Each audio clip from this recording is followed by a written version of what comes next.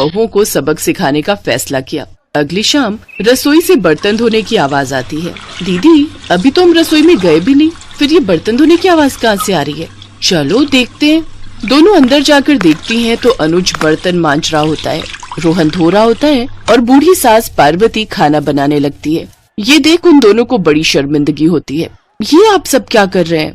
बहू, अब तुम दोनों से तो ना बर्तन धुलते हैं ना खाना बनता है, तो हमने सोचा हम खुद ही ये काम कर लेते हैं ताकि हमें रात की रसोई खाना तो नसीब हो।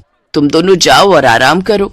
नहीं माँ जी, हमें माफ कर दीजिए, हमारी रहते आपको ये सब काम करना पड़ रहा है। हाँ माँ जी, हमसे भूल हो गई, हमें अपनी गलती का एहसास हो चुका है। अब से आपको कभी शिकायत का मौका नहीं देंगे।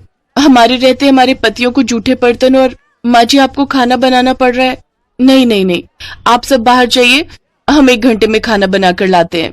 अच्छा ठीक है, तुम कहती हो तो रहने देते हैं। चलो बेटा। माँ और बेटे बाहर आकर खूब हंसते हैं और एक दूसरे को आंख मारकर कहते हैं, मिशन सक्सेसफुल।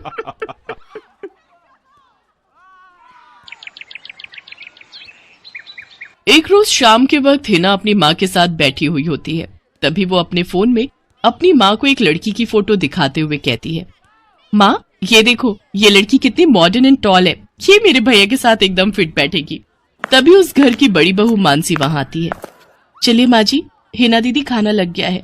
बहू यहाँ तो आ, ये देख हम तेरे देवर के लिए रिश्ता.com की साइट पे लड़की ढूंढ रहे हैं जो कि सुंदर होने के साथ साथ अमीर भी है। अब तेरे गरीब मायके वालों ने दहेज के नाम पर 1-2 चीज पकड़ा दी बस, इसलिए अब मैं अपनी छोटी बहू अमीर खानदान की लाऊंगी जो कि भर भर कर दहेज लाए। हाँ, वो अपनी बड़ी बहू को ताने दे ही रही थी कि तभी उसका छोटा बेटा हितांश एक मॉडर्न लड़की के साथ घर आता है। उन दोनों के गले में वरमाला डली हुई थी। हितांश बेटा, ये लड़की कौन है? माँ ये जूली है और हम दोनों ने शादी कर ली है। क्या तुम दोनों ने शादी कर ली? मैं नहीं मानती इस शादी को। हाँ तो किसे फर्क पड़ता है आपके मानने या ना मानने से? वैसे भी वो कहावत तो आपने सुनी ही होगी कि जब मियाँ बीबी राजी तो क्या करेगा काजी। मैं जानती हूँ, जरूर इस डायन ने ही तुझे भड़काया होगा। मैं इस डायन को हरगिज अपनी बहू नहीं मानूंगी। भले ही आप ना मानो, लेकिन लीगली तौर पर मैं ही तो हूँ आपकी बहू। इसलिए अब जल्दी से जाइए और आरती की थाली लाकर मेरा गृह प्रवेश कीजिए। सास बेमन से अपनी नई बहू का स्वागत करती है। जूली हितांश के साथ अपने कमरे में चली जाती है। हे राम, माँ अपनी इस नई छैल छबीली के तेवर देखे, इसके तो रंग ढंग ही अलग है, बड़ा ही घमंड है इसमें। तू चिंता मत कर बेटी, कल इसका ससुराल में पहला दिन है, तुम देखना अगर मैंने भी इसका घमंड चूर चूर नहीं किया तो। अगले दिन सुबह हितांश के पिता यानी जूली के ससुर अपनी पत्नी से कहते हैं, विमला देखो तो सुबह के 10 बजने को है और ये नई बहू अभी तक अपने कमरे में सोई पड़ी है और आज इसका रसोई में पहला दिन है और ये अभी तक अपने कमरे में है। तुम रुको जी, अभी मैं इसकी खबर लेती हूँ। नई बहू, अरे ओ नई बहू। कुछ देर बाद जूली वहां आती है। क्या बात है मम्मी जी, क्यों सुबह सुबह इस घर को मच्छी बाजार बनाकर रखा है? छोटी बहू, ये क्या तरीका है अपनी सास से बात करने का? हितांश, हितांश जरा बाहर आना तो। अब क्या हुआ जूली डार्लिंग?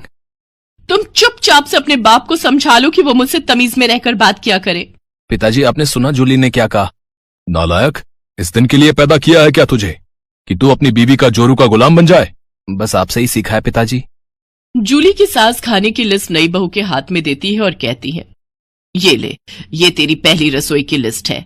आज तुझे ये सब खाना हम सबके लिए बनाना है और हाँ, उसके बाद किचन की साफ सफाई भी कर देना।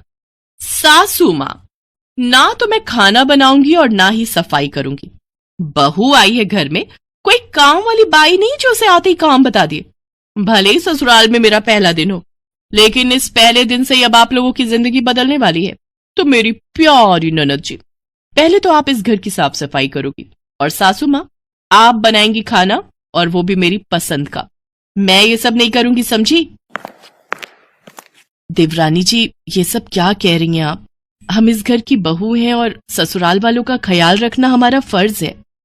जेठानी जी, इन जैसे फर्जी लोगों के लिए काहे का फर्ज? इनके साथ तो यही होना चाहिए।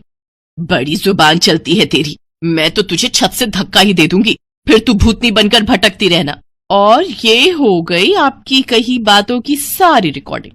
अब अगर सासू माँ आप